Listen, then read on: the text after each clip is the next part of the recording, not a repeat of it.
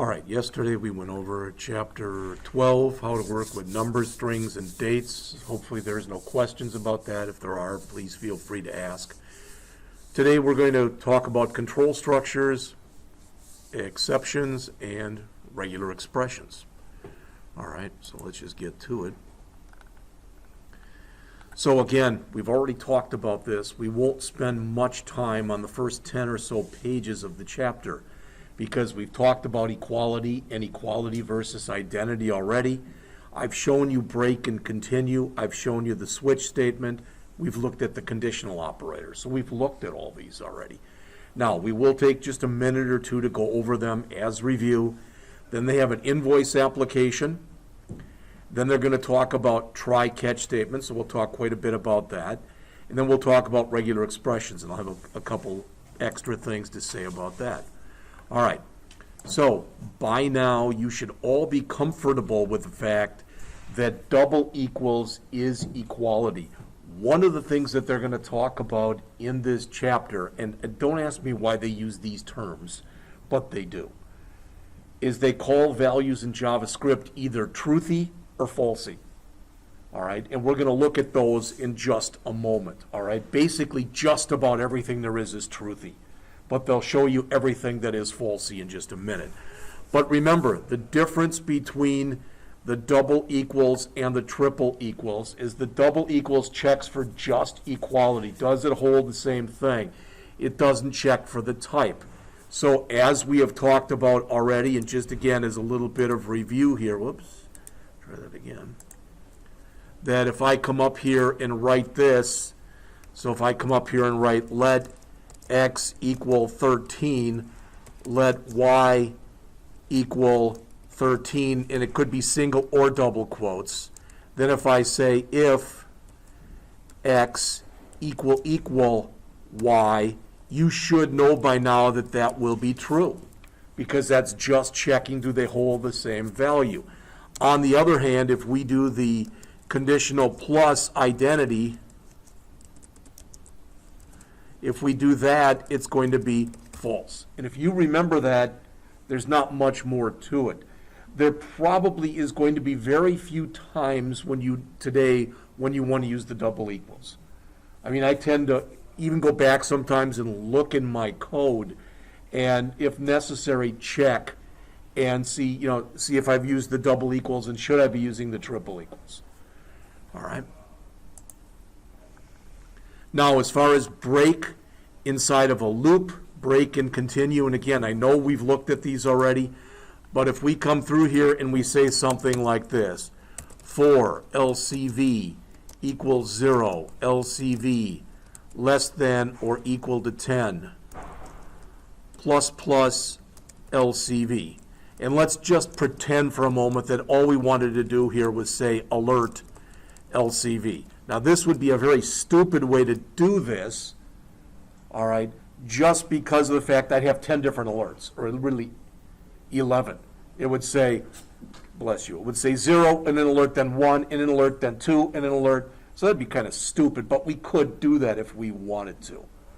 All right, but if we come in here and say this, if LCV equals 6, let's say, and we come in there and we say break, then you should know that it's going to print out 0, 1, 2, 3, 4, 5 and get the heck out of the loop. On the other hand, so again, this will end up printing, I should put it here, this will end up printing here 0, 1, 2, 3, 4, and 5. Does that make sense to everybody? On the other hand, if we come through here, and let me put in a continue here, all right, and for now, pretend I've just commented that one out. And now if we come in here, now we'll get 0, 1, 2, 3, 4, 5, 7, 8, 9, 10. So break immediately gets you out of whatever control structure you're in. It can be an if, it can be a for, it can be a while, it can be a do while, and as you've already seen, it can be a switch statement. All right, that got us out of the switch. Continue stops that current iteration. So in other words, when we hit if LCV was equal to 6 and we hit continue, we would skip that line and go right back up, add 1 to LCV. That's why that doesn't print. And really, that's all there are to both of these. And if you get those, there's nothing more to get. I'm not going to read this because you can take a look at it yourselves if you're interested. All right. The switch statement, again, we have looked at this already. I'm not even going to write one. Let's just look at what they have here. All right. So what do we have? We've got just message.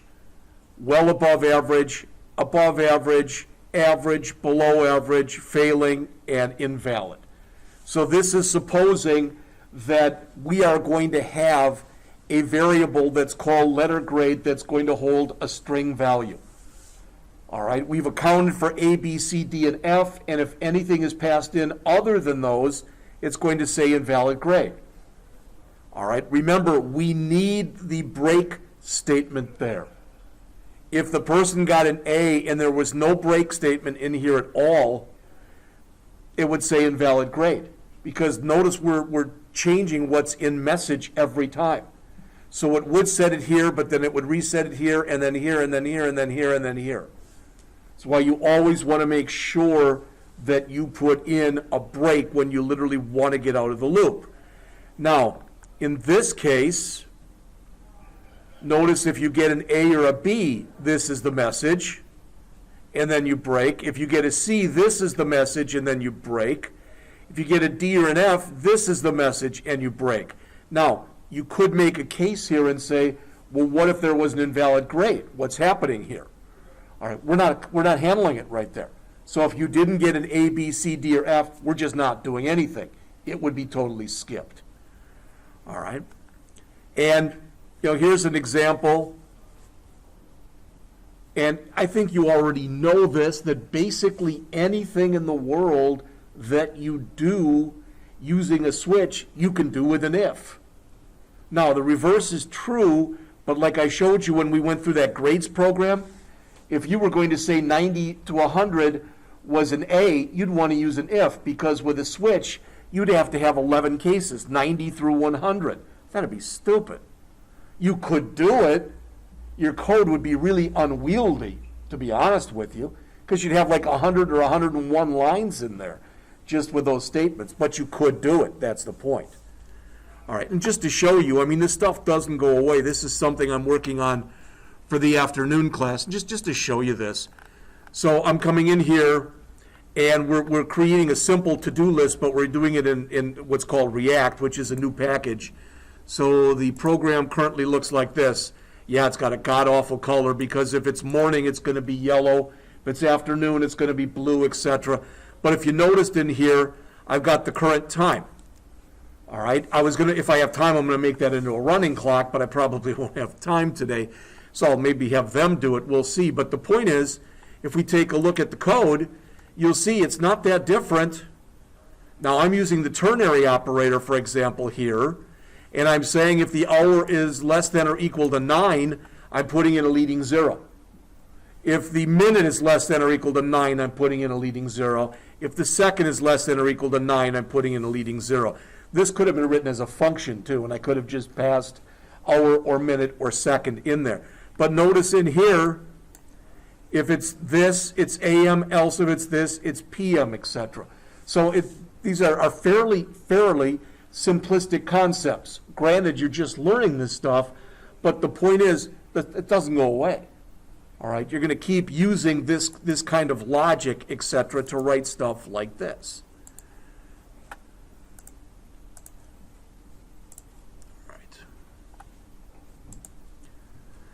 And the conditional is the one I just showed you. So again, remember with a conditional, because the easiest way to show that to you is with something like this. So let x equal 13, let y equal 27, and then let max. Now you should know by now, looking at this on the screen, max's value is currently undefined. I didn't give it a value purposely. And I could do this. I could write if x is greater than or equal to y, max equals x. Else max equals y. And there's absolutely nothing wrong with doing that. But we can also write max equal x greater than or equal to y, and then question mark x colon y. It does the same thing. This is the conditional, also known as the question mark colon, also known as the ternary operator. This says if this is true, do what's after the question mark, so take x and assign it to max. If this is false, all right, you do what's after the colon, so you take y and you assign it to max. And as you can see, when you've got something simple like this, I mean, most people would probably tell you, all right, that they'd rather 1, 2, 3, 4, 5, 6 lines, even if I flatten it up, so to speak, if I go and do something like this, which is legal to do. So I could write it like that. I mean, it's a little bit ugly to take a look at, but there's absolutely nothing wrong with actually writing it this way. All right. I would say that even this way, I would say this is easier to read. You know, draw your own conclusions as far as which one's easier to read. All right. So again, that's the ternary operator, and they've got plenty of examples in here. Now it says, although the use can lead to cryptic code, JavaScript programmers commonly use this operator. I don't know if that's true or not. I think it depends on the situation. I'm not saying that it's never used, but I don't know how often it's used. All right, that's a very blanket statement for somebody to write. So it says here, so far in this book, you've seen conditions that use relational and logical operators. You know, relational, the relationship, all right, greater than or equal to, less than or equal to, and the logical operators, and ors, etc. All right. It says because of that, they can be used as conditions. When used as a condition, these can be called truthy or falsy values. So if you look right here, there's like 5 things that are falsy or false.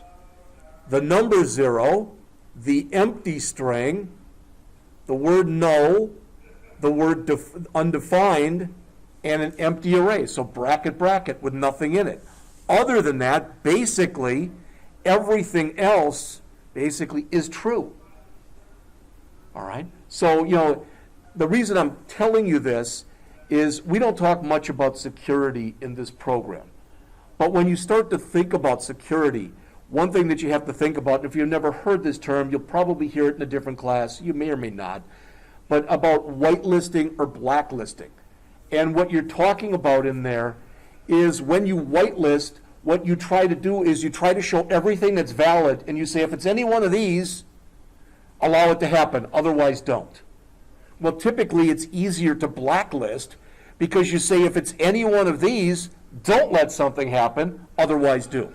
Do you understand the distinction between those? All right. It's much the same way here. It's much easier to check to see if something is false or falsy or whatever you want to call it than it is to check if it's true. All right. And again, they've got several examples in here. You should know by now that if I come through and I write something like this. So I come through here and I write let is valid, and let's just say we set it to true to begin with. Now I'm going to put in here ... meaning there's some code. I don't care what it is. But if we can say if is valid equal true, in fact technically the double equals would work just fine, no one does it this way. This is the shortcut, is to say just if is valid. And again, that's a shortcut for that. In much the same way, and I know that you probably already know what's coming, but if I come through here and do this, if I say if not is valid, that's a shortcut for that. You should be used to using these things.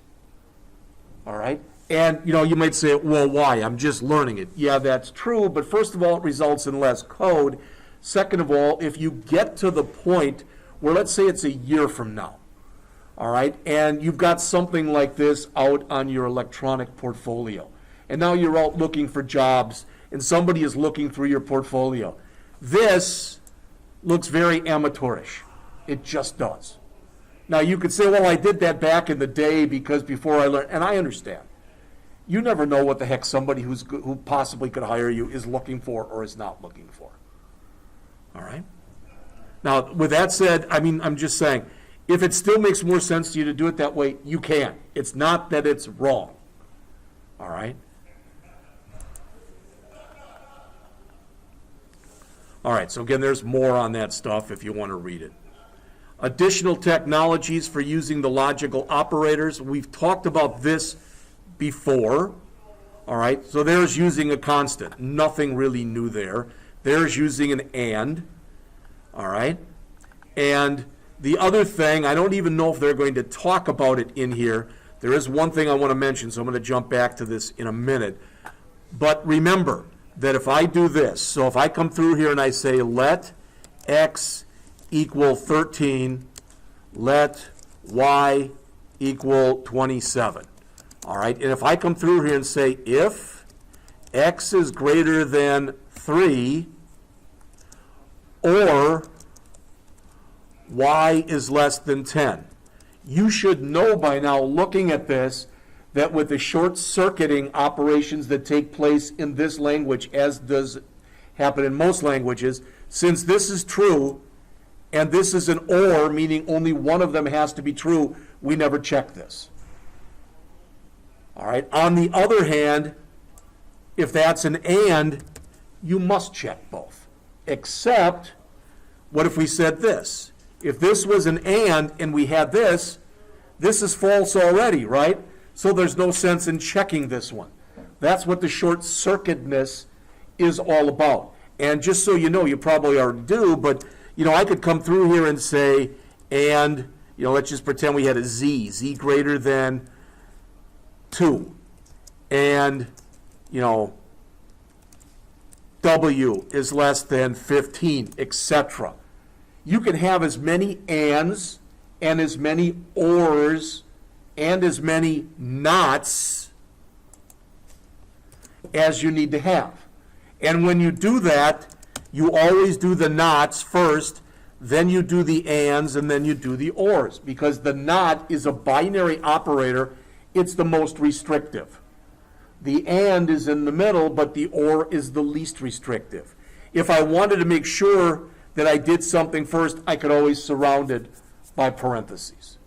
All right, sometimes even parens within parens to make sure it happens in the order that I want it to happen in. Now, the other thing that's in here, we have not talked about this. It says using the nullish, coalescing, and optional chaining operators. So if you look at this, this is pretty ugly. It says const initial book question mark dot author question mark dot middle initial question mark no middle initial. All right, and it says ES 2020. Now, why is that important? All right, it says both of these are supported by the major browsers. That's true as long as it's a current version of modern browsers. That's what they equate to being modern browsers. I'd say when you're first learning this, you might find it easier to not use this and just write yourself an or. It's very rare that I use this. All right, I like to write code that other people aren't going to have to come back and ask me, what were you doing there? And again, just to show you what I mean, as I mentioned before, this is the thing I'm writing. Well, notice what I've got. Instantiate date object, format date in this format, format time. I'm trying to put comments in there so people will understand what the hell I'm doing. And again, you guys have heard this probably. I don't know if you have or not, but I'll always remember that 5 years after I left, I got a phone call from somebody at a company I worked at. Do you remember this code that you worked on a few years ago? I said, nope, and I hung up. And they never called back. I wasn't trying to be an ass, probably was an ass, and she was a nice person, the one person who took, but I didn't remember it 5 years later. I'll tell you what, I can tell you for sure there were comments in there. And I can tell you for sure, probably not enough comments because she didn't understand what I was trying to do. All right? there will not be anything with that nullish coalescing operator on your test. Yeah, just so you know. All right, so first we got this invoice application. Now, when you look at this, it's hopefully at least, it's pretty obvious what's going on in here. Now notice there's different types in here. So we've got regular, loyalty, and honored citizens. So if you click here, that's what you're going to get. And you're going to get a different percentage based upon which of these you are. Does that make sense? So as you can see, when you take a look in here, I think it's on the next page or so, that, all right, first of all, if your subtotal is greater than 100 and it's less than 250, and you're a regular customer, it's 10%. It goes up to 30%. If it's less than 100, you get nothing. If you're a loyalty customer, you always get 30%. And if you're an honored, you get either 40 or 50%. Does that make sense? And you can see what they've used in here. Here's a series of if-else or else-ifs with an else on the bottom. All right. And here's your question mark colon operator. I do want to say something, though. And again, this may or may not mean something to you, but I've been bit enough that if you notice in here, okay, what do I have? If the time of day is greater than or equal to 0 and less than or equal to 12, I want it to say good morning. If it's greater than or equal to 12 and it's less than 18, I want it to say good afternoon. If it's greater than or equal to 18 and less than 23, I want it to say good evening. But notice what's not in there. I don't have an else. So if for some reason somebody passes something in there that shouldn't be in there, I'm not going to handle it.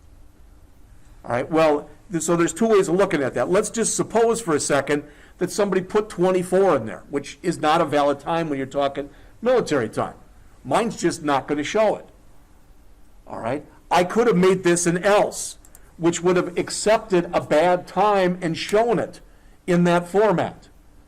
I could have done that, and it would have been okay. It's always a judgment call when you're doing stuff like this. There are going to be times, you'll want to talk to the person or people you're working for and say, hey, is there a chance there could be bad data?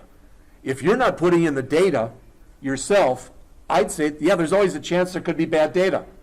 I'm getting this data from the system. I'm expecting that the system always has a time in it. And the time won't be like 57 colon 57 or something like that. But if you are getting, if they say, oh, we're getting it from a file, then you probably want an else in there. And you probably want a default case in there if you're using a switch statement. All right? Because human error stuff is always going to happen that shouldn't, period.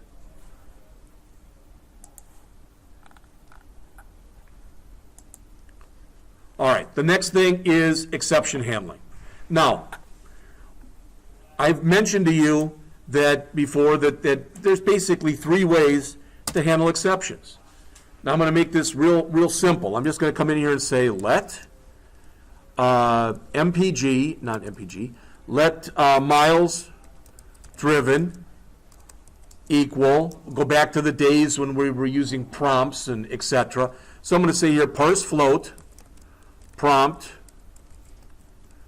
enter miles driven, and we'll even give it a nice default value of 100.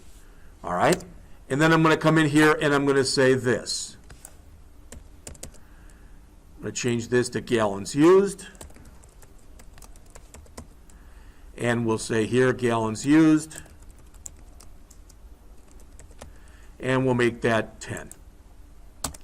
All right, and we'll come in here and we'll say let MPG equal miles driven divided by gallons used.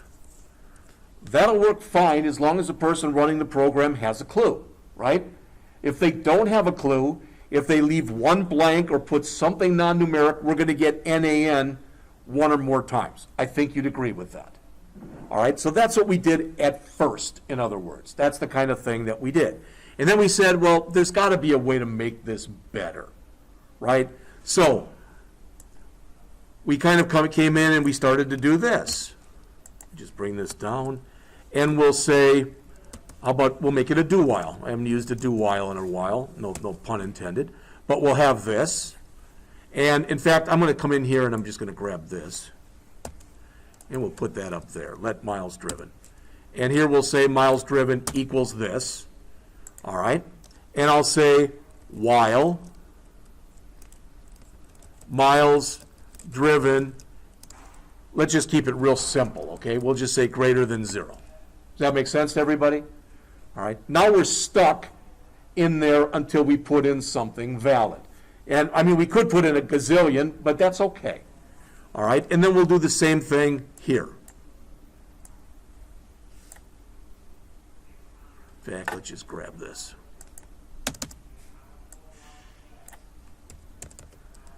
All right, so this will be gallons used. Again, we are to the point now where you'd come in there and you'd probably have constants for minimum miles, for minimum gallons. I don't care about that stuff.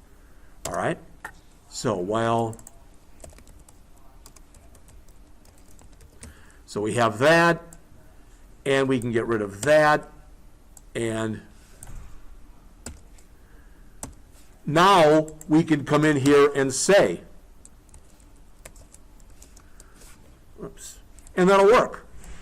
That should always work. All right, so that's what we did. We started with no error checking whatsoever. All right, then we went to error checking. All right, so who cares? Well, there's another way we can handle this. Let's look at the book and then we'll change this one so you can see.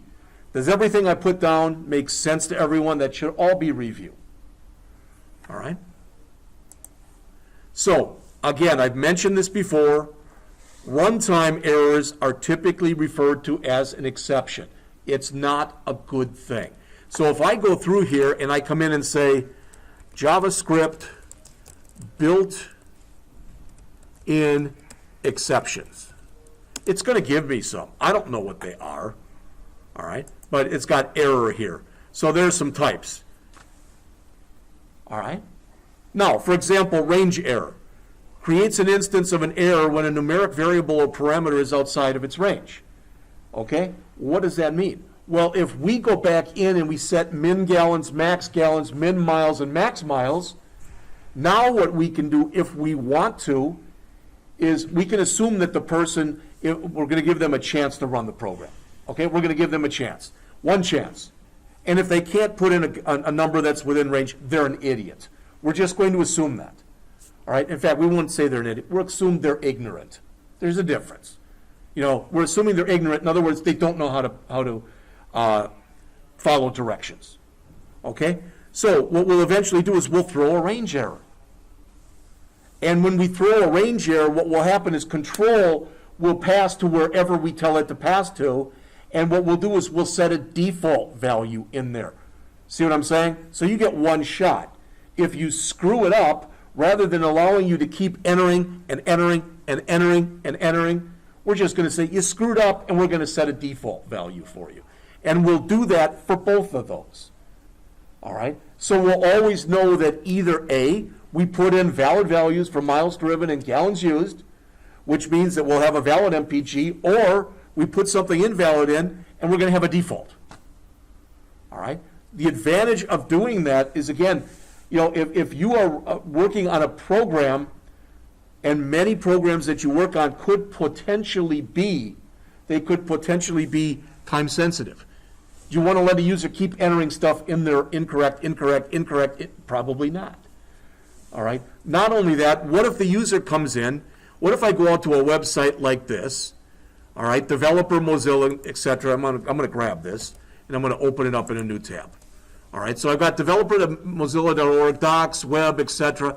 What if I come through here after JavaScript reference and I put hello? All right, and I click that. Do you want it to go there? That's what it's doing. That literally it's throwing an exception and it's sending it to a 404 page, which is totally fine to do. But what you could have also done right there, I mean, 404 makes sense because they put in something that was not found. But we could have redirected them back to the home page.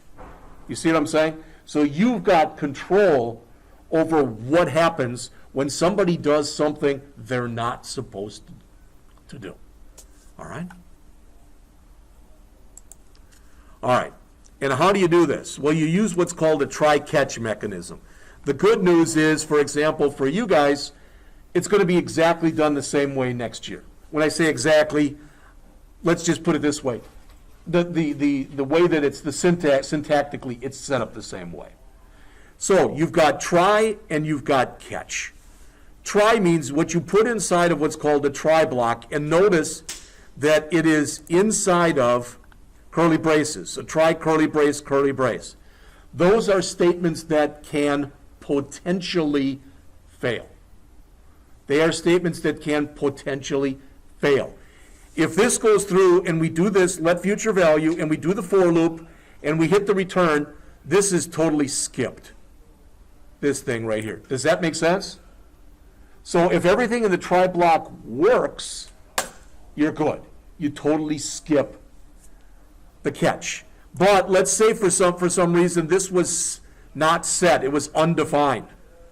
You jump down to here, and it would give you the error message. All right? Now, that's all they're doing here. They're giving you an alert, which basically is leaving you dead in the water. But what they could have done there is they could have set this to a default value or something else. That said, look on the screen here. It is not possible in any programming language that I know of that if you come into a try and you find an error and you jump down to the catch, there's not a go-to where you can jump back into the try again. You don't want to do that anyway. Pardon my French, but that would be piss-poor programming. All right? What you do when you catch the error is up to you. Error is generic. So let's look at these errors that I showed you here. Eval error, range error, reference error, syntax error, etc. Guess what? You can write your own error. Now there is a range error here, but technically there is no error for miles driven entered out of range. So if you wanted to, you could make your own. All right? So you could do that. So in other words, we could come in here and do something like this. Now, I don't like putting, because these are both loops, I don't like putting them both in the same try, even though we could. But I'm going to type in here try, all right? And I'm not going to do it more than once. I'm just going to put this in there. Oops. So it equals that. I'm going to get rid of this. And I'm not going to put anything else afterwards. But I'm going to put in here catch. Now, we could come back in here. We talked about this before, and I could put in some consts. Const min miles, and set that equal to, 1. Const max miles, and set that equal to, let's say, 1,000. All right? The system doesn't know right here. For instance, if we say range error, and we want to do something, whatever it is, we'll just say miles driven equals 100. Now, hopefully what I'm about to say makes sense to you, and that is the system doesn't know that's a range error. You see what I'm saying? It doesn't know. But we can come in here now and do this. We can come in and say if miles driven is less than min miles, or miles driven is greater than max miles, then we can tell it to throw a range error. Hope I've got the right caseness there. I think I do. You see the difference? So this is saying, hey, I want you to check it, and if for some reason I put in an invalid value, throw that, which is going to set, not miles drive, it's going to set miles driven. Does that make sense to everybody? So this is the third way. We mentioned you can handle errors by doing nothing. That's the worst way. You can handle errors by letting bad data into the system and then working on it with if statements, loops, whatever. This is the third way.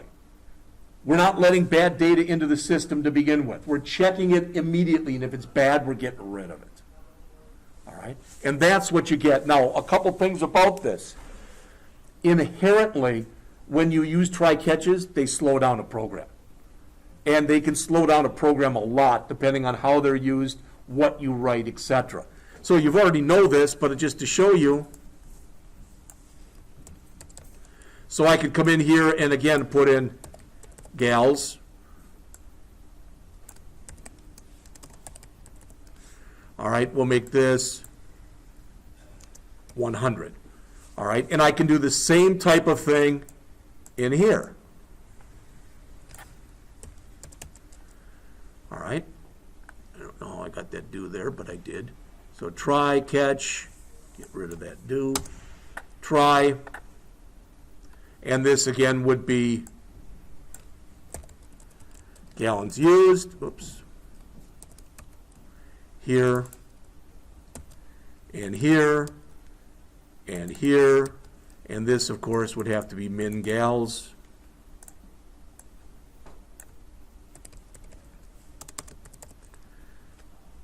And this would have to be max gals. All right. Notice in both cases, we're throwing range errors, which is totally legit. But once I get down here now, after doing this, let me make this smaller so you can see all of it. I know, let's make that 10, that either I put in valid miles driven and valid gallons used, and I'm going to do the math, or I'm going to do 100 divided by 10 or something else. All right? And let's just double check here, just for my own edification. Looks like it's a capital. See that? Oh, and it's new. Throw new range error. All right. Now, and I want to go and look at their example because it's showing you something different than what I'm showing you, which is totally fine. So that'd be new, and that's a big R. Now, this is something we're not going to get to for a few weeks yet, but we are going to have a period or so that we talk near the end of this book here about object-oriented programming. Errors are objects. How do I know? Because you have to instantiate them. How do I know? Because they use the word new. All right? So I'm creating a new instance of the range error class right there. Okay? I could give it a message there too if I wanted to. So what they show here is they throw it, but I just put paren in there. So this is going to say on the screen the argument must be within this range, but it isn't doing anything. You see what I'm saying? So we've got in here this, and yeah, so this is going to check, etc. So there's different ways that you can write this. And I'm not saying what I just showed you is better than what's in the book, all right, or worse than what's in the book. I just want you to be aware of the fact. So again, in here, all they're doing when they find an error is they're just echoing out that there's an error. That's it. All right? Then where's the program? It depends on what happens next. The program might be dead in the water right there. All right? I mean, what other things can you do then? Well, if this, let's say, is a text box, you could remove what's in the text box. You could set the focus back there. Or if you've got, like we've shown before, where you've got the little red asterisk to the side, and you put a message, we could do that. They're not doing any of that stuff there. So as it says, you can use try-catch to process any errors that are thrown by an application. This is known as exception handling. All right? And you can get more information than even what's being shown here. All right? So this is, notice what they have here. This is creating a new error object. We could have gone in and literally created our own right there like this. And we could have said here, okay, if this is the case, throw this, and we could have done some more stuff. To me, this is sloppy programming. Not everybody agrees with that. All right? You'd have to catch it in here. And then notice this. You probably, in this class, will never have a reason to use this. But looking at the code that's right here, if this try works, you totally skip the catch. If this try fails, you skip this and you do the alert. You always do the finally. So why is that important? Finally is typically should be used for what's referred to as housekeeping operations. So if you're opening up a database and you do something, whether it worked or it didn't work, you might want to close the database. If you open up a file, whether it did or didn't work, you might want to close the file. So closing things like that, those are known as housekeeping operations. Here they are, they're setting the focus to someplace, which is fine. And they also show you here some of the error types. Notice range error, I already showed you one of those. A reference error. So we said let MPG and we attempt to read MPG before we've assigned it a value. That would be a reference error. All right? Syntax error, believe it or not, they're pretty hard to catch because typically they're going to be caught by the system anyway before you even run them. And a type error, as it says, the type is different from what's expected. You expect a number, and you put in a string, or you leave it blank, etc. All right. So why should you use throw statements? You want to test, if you've got error checking code, sometimes you want to force that to happen. So you might put it in your code, and you might force it to happen just to make sure that when an error happens, you're handling it correctly. All right? All right, last thing in this chapter, our regular expressions, starting on 4:14. I did want to mention this to you. You don't have to go bring it up right now. It's not that big a thing. But one of the things that I sent you, I know it's in here someplace. I said here, URLs for tomorrow, etc. And one of these things, it says learning regex the easy way. So what I'm going to do is I'm going to bring this up, and I'm going to give you the URL. So if you do want to bring it up right now, you can't. No, certainly you don't have to. Don't want to use that one. All right. So this is what I'm about to show you from github.com, etc. You can read all of that stuff if you want to take a look at it. There are plenty of excellent regular expression handling resources out there. Plenty of them. I kind of like this one because GitHub's got great documentation by and large. All right? Anything related to GitHub.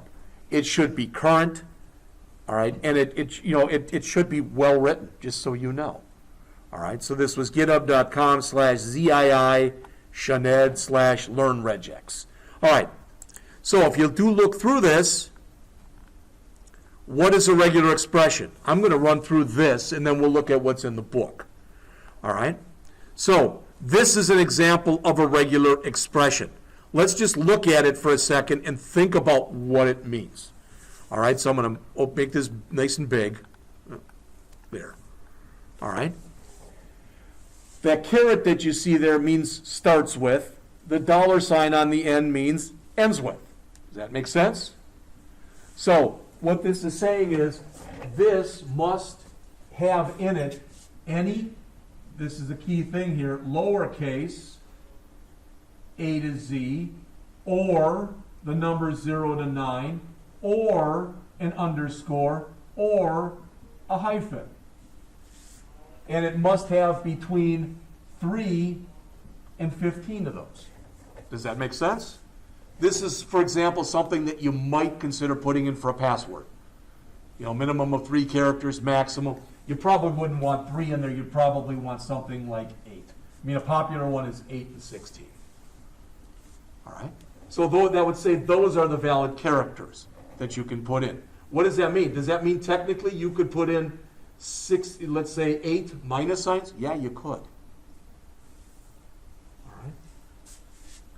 And the reason that this stuff is so important is when you are looking through what somebody has inputted, you can verify that what they inputted was put in the right format.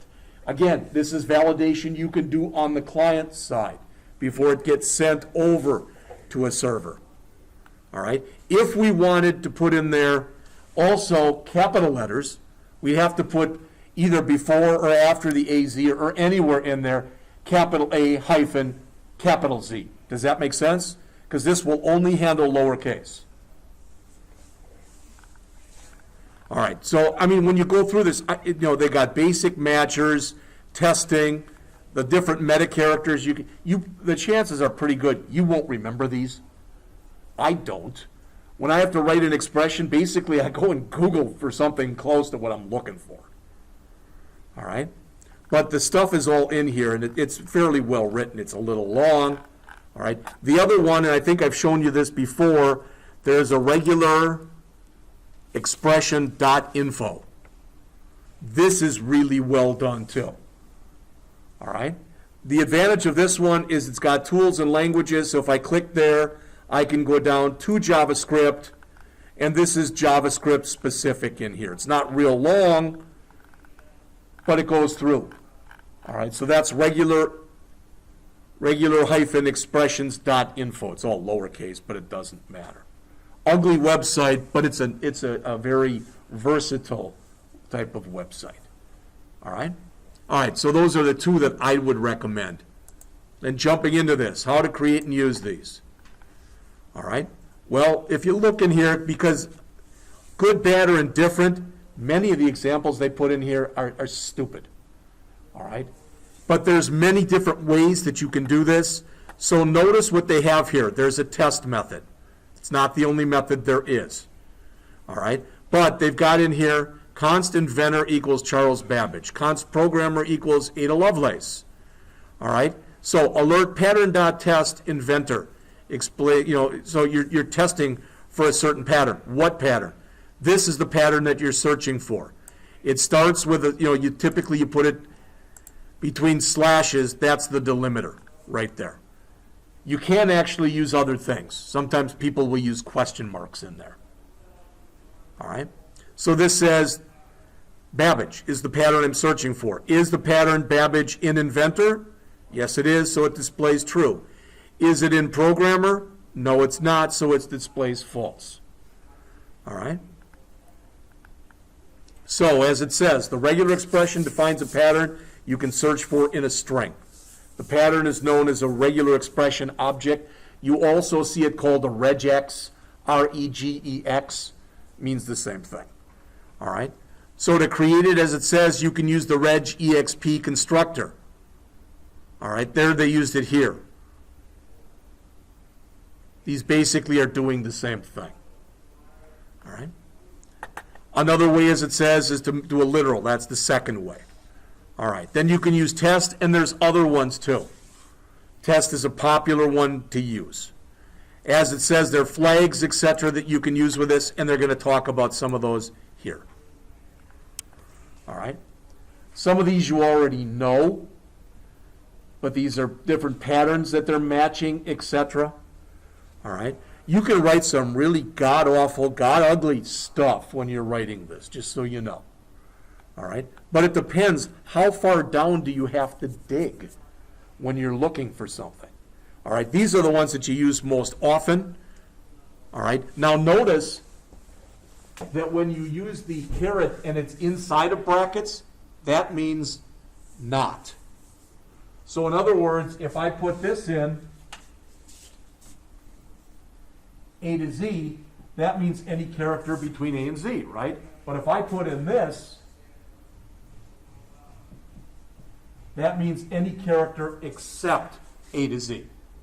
So I could have that, and I could still have this at the beginning, and then this at the end. That's fine. All right?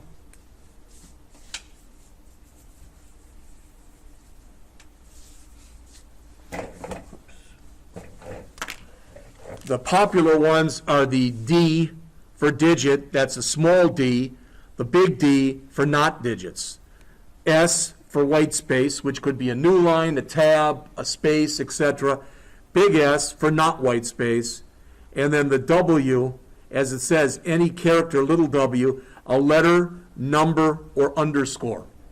That typically would be called alphanumeric, but because of the fact that it allows an underscore, it's not typically considered an alphanumeric. And then the big W, which means any character that's not letter, number, or underscore. And again, they give you some examples in here as well. All right. Then you have to come in, and like I said, I already showed you this one. That's the beginning of the line if it's put there. That's the end of the line. All right, then there's the letter B, upper or lower, word characters that aren't followed or preceded by a word character. Sorry, I don't use those. All right. And here's the stuff for matching a repeating pattern that's on the bottom of page 419 here. N, which is the number of times. So if you look down here, you can see an example. I've already shown you this one. 3 digits, a hyphen, 3 digits, a hyphen, and 4 digits. All right? Be real leery, because I've seen people who do this, that they're writing a website for someone. Well, I want to let them put it in as 3 digits, a hyphen, 3 digits, a hyphen, and 4 digits, or the number in parentheses with a space, or the number in parentheses without a space. You get some really god-awful looking regular expression patterns when you do that. Because you can put in an expression pattern, then put in a pipe sign, which means or, then you could put in another one or another one. You can do that kind of stuff. But it gets pretty ugly pretty fast. All right. The other thing I should mention to you, because I've given you a couple URLs, I mentioned this one earlier, but if you go out to htmlpattern.com, no, it's HTML5 pattern, I think, html5pattern.com. It's not complete, but this gives you a lot of stuff that you might be able to use as well. So for instance, if I wanted phones, notice they even do it for different countries.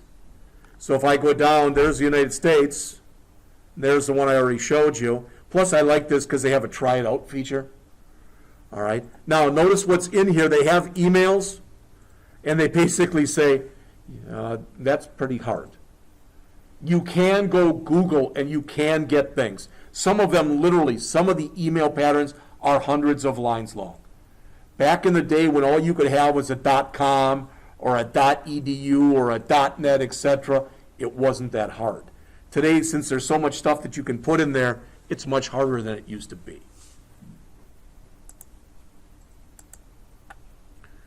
All right. So, for data validation, here's some stuff. Some of these we've looked at already. Well, there's credit cards. Now, one thing about this, when you look in here, I don't believe it's legal for an area code to be 000. You know what I'm saying? So there's more. You can be more granular than there being in here is what I'm telling you. All right? And again, they have all sorts of different tests, etc., that you can run on this stuff. So they come up with this account profile program. It's not that different from stuff we've seen before, except that now they expect the phone number to be in a valid format. You can see that one isn't, because rather than 4 digits on the end, there's only 3. The zip code's got only 4 digits. The date of birth, they wanted a month, day, year format. So the easier you make it for someone that's filling out something like this, typically the harder it's going to be for you as a programmer. And that should make sense to you, all right, when you're trying to make somebody's life easier. So if we go and look at this and we look at the actual JavaScript, well, notice month, got to be between 1 and 12. Now, they're cheating here. If a day is greater than 31, they're returning false. I mean, there's a lot of stuff you got to think about. The good thing is 11 out of 12 months are not that hard. The bad news is we have February. All right? Now, I don't remember if it's JavaScript, but more and more languages now have an is leap year function. They'll automatically check that. So if that would return true, you could say the number of valid days would be 29. If it was false, the number of valid days would be 28, that type of an idea. And I believe there is an is leap year. I'm not going to check. You can check yourselves if you care. But they go through this whole thing in here, and that's it. All right? So we've now covered 2 of the 3 paragraphs, or chapters, I should say, which means that tomorrow, and it's probably going to take longer tomorrow, sorry. First of all, the chapter isn't that long, but I want to show you some stuff that they talk about they talk about later on in here, where is it? It's the wrong chapter, that's why. So let's see, it'd be like 463. That's not the chapter we're doing next. This is the chapter we're doing next, 15. But if you look through here, the first part of the chapter, for lack of better words, is kind of, this is all the old way of doing things. But you'll still find it in there, it works just fine, etc. So yeah, but then when you go down to the bottom, and oh, they're going to give you 5 pages. This is all the new stuff. And I'm going to give you some stuff tomorrow that's not in there. I'm probably going to end up giving you either URLs, probably URLs, to 2 or 3 different sites. All right, and we'll go over that tomorrow. All right, we're probably going to end up writing some kind of code tomorrow together. So my guess is rather than it taking till 9 or 9:15 like today, it'll take closer to 10. All right, so you can plan on spending more time tomorrow. All right, but then again, Thursday and Friday, and I believe next Monday, those are all labs. So if you haven't done so already, not this second, but take a look at the homework and the labs, and you said, now James, they do make sense. All right, but look at them at least for the first 2 chapters, and then after tomorrow for chapter, whatever this is, 15 or whatever it is. All right, and if something doesn't make sense, or if I didn't provide something for you, just let me know. All right, and I will do so. All right, so we'll pick it up here tomorrow on page 461, chapter 15, talking about arrays. Any questions?